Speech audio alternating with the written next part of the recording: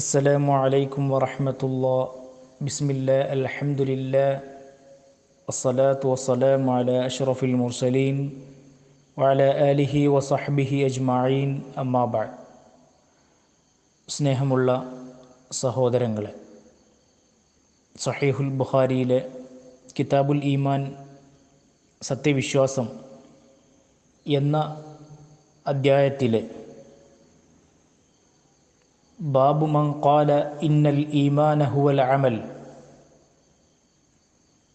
നിശ്ചയമായും ഈമാൻ തന്നെ പ്രവൃത്തി എന്ന ബാബിലെ ഒരു ഹദീസ് ഇവിടെ വിശദീകരിക്കുവാനാണ് ഉദ്ദേശിക്കുന്നത്.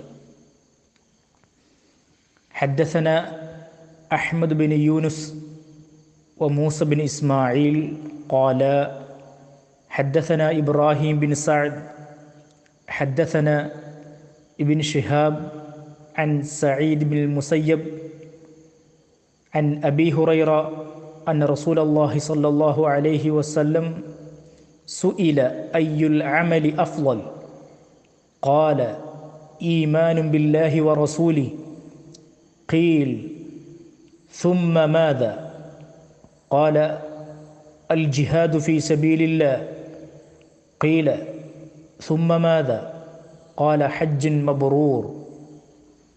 عن أبي هريرة رضي الله عنه أن رسول الله صلى الله عليه وسلم അബൂ ഹുറൈറ റളിയല്ലാഹു അൻഹുവിൽ നിന്ന് നിവേദനം, അള്ളാഹുവിൻ്റെ റസൂലിനോട് ഒരാൾ ചോദിച്ചു, അയ്യുൽ അമലി അഫ്ളൽ, ഏറ്റവും ശ്രേഷ്ഠകരമായ പ്രവൃത്തി ഏതാണ്?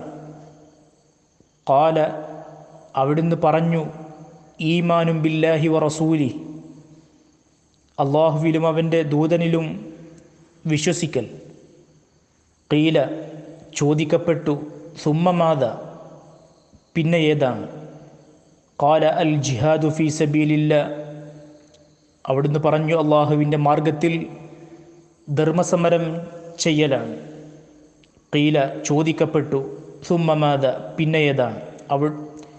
ഖാല, അവിടുന്ന് പറഞ്ഞു, ഹജ്ജുൻ മബ്റൂർ, പുണ്യകരമായ ഹജ്ജ് എന്ന്. ഇതാണ് ഹദീസ്, അതിൻ്റെ അർത്ഥവും. വിശ്വാസം അഥവാ ഈമാൻ കേവലം മനസ്സിലല്ല, മറിച്ച് അതിനനുസൃതമായ പ്രവൃത്തിയും വേണം. ഈമാൻ എന്ന് പറയുന്നത് വാക്കും പ്രവൃത്തിയുമാണ് എന്നതാണ് സലഫി അഖീദ അല്ലെങ്കിൽ അഹ്ലുസുന്ന വൽ ജമാഅയുടെ വിശ്വാസം. അതുകൊണ്ടാണ് ഇമാം ബുഖാരി ഇത്തരത്തിലുള്ള ഒരു തലക്കെട്ട് തന്നെ ഈ ഹദീസുകൾക്ക് നൽകാൻ കാരണം. എന്താണ് തലക്കെട്ട്? ഇന്നൽ ഈമാന ഹുവൽ അമൽ, നിശ്ചയമായും ഈമാൻ തന്നെ പ്രവൃത്തി. അപ്പോൾ അങ്ങനെ ഒരു ഹെഡിങ് നൽകുന്നതിലൂടെ തന്നെ വിഷയത്തിൻ്റെ മർമ്മം എന്താണ് എന്ന് മഹാനായ ഇമാം ബുഖാരി നമ്മെ പഠിപ്പിക്കുകയാണ്. ഈമാനിൻ്റെ ഉന്നതമായ അവസ്ഥ ലാ ഇലാഹ ഇല്ലല്ലാഹയാണല്ലോ. തുടർന്ന് കുറേ പ്രവർത്തികളുടെ സമുച്ചയവും അതിൽ ഉൾപ്പെടും.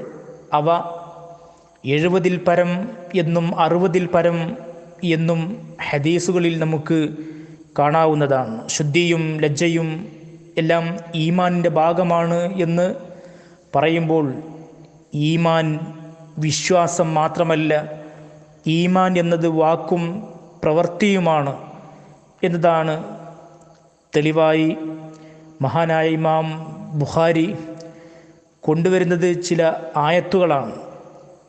പരിശുദ്ധ ഖുർആൻ പറയുന്നു, സൂറത്ത്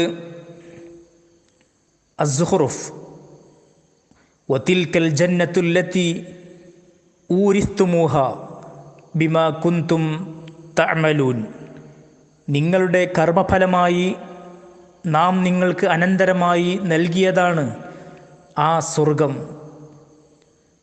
അതേപോലെ തന്നെ മറ്റൊരു സൂറത്തുൽ ഹിജ്ർ, ഫവറബ്ബിക ലനസ്അലന്നഹും അജ്മഈൻ അമ്മാ കാനൂ യഅമലൂൻ.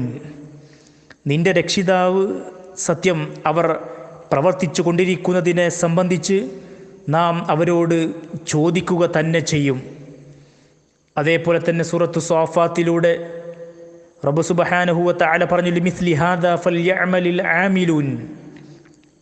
ഇതുപോലുള്ള വിജയത്തിന് വേണ്ടി പ്രവർത്തിക്കുന്നവരെല്ലാം പ്രവർത്തിക്കട്ടെ എന്ന് സൂറത്തു സ്വാഫാത്തിലൂടെയും അല്ലാഹു സുബ്ഹാനഹു വ തആല പറയുന്നു. ഈ ആയത്തുകളെല്ലാം ഇമാം ബുഖാരി ഇവിടെ ഉദ്ധരിച്ചതിൻ്റെ അർത്ഥം സ്വർഗം എന്നുള്ളത് വിശ്വാസത്തിൻ്റെ മാത്രം പ്രതിഫലമല്ല എന്ന് നമ്മെ പഠിപ്പിക്കാൻ വേണ്ടിയിട്ടാണ്. ഈമാൻ തന്നെ പ്രവൃത്തി എന്ന് അറിയിക്കാൻ വേണ്ടിയും ഈമാൻ എന്നത് വാക്കും പ്രവൃത്തിയും അടങ്ങിയതാണ് എന്നൊക്കെ അറിയിക്കാൻ വേണ്ടിയുമാണ്. അതിനാൽ സ്വർഗം വിശ്വാസത്തിൻ്റെ മാത്രം പ്രതിഫലമല്ല, മറിച്ച് കർമ്മത്തിൻ്റെ ഫലം കൂടിയാണ്. വിശ്വാസം കൊണ്ട് മാത്രം സ്വർഗപ്രവേശനം സാധിക്കുകയില്ല.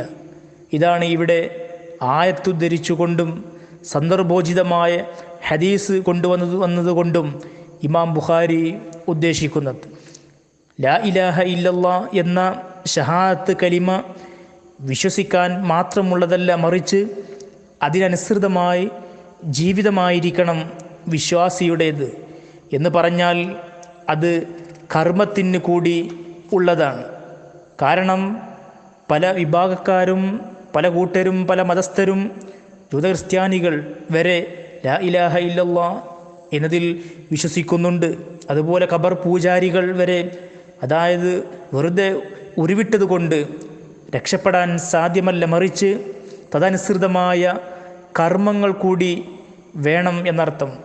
ഹദീസിൽ നിന്ന് മനസ്സിലാക്കേണ്ട മറ്റൊരു വിഷയം, ഏറ്റവും ശ്രേഷ്ഠമായ കർമ്മം ഏതാണെന്ന് ചോദിക്കപ്പെട്ടപ്പോൾ എന്താണ് പ്രവാചകൻ സല്ലല്ലാഹു അലൈഹി വസല്ലമ മറുപടി പറഞ്ഞത്? അള്ളാഹുവിലും അവൻ്റെ പ്രവാചകനിലും വിശ്വസിക്കൽ എന്നാണ്. വിശ്വാസം കർമ്മമാണെന്നതിന് വ്യക്തമായ രേഖ കൂടിയാണിത് എന്ന് നമ്മൾ കൃത്യമായി മനസ്സിലാക്കണം.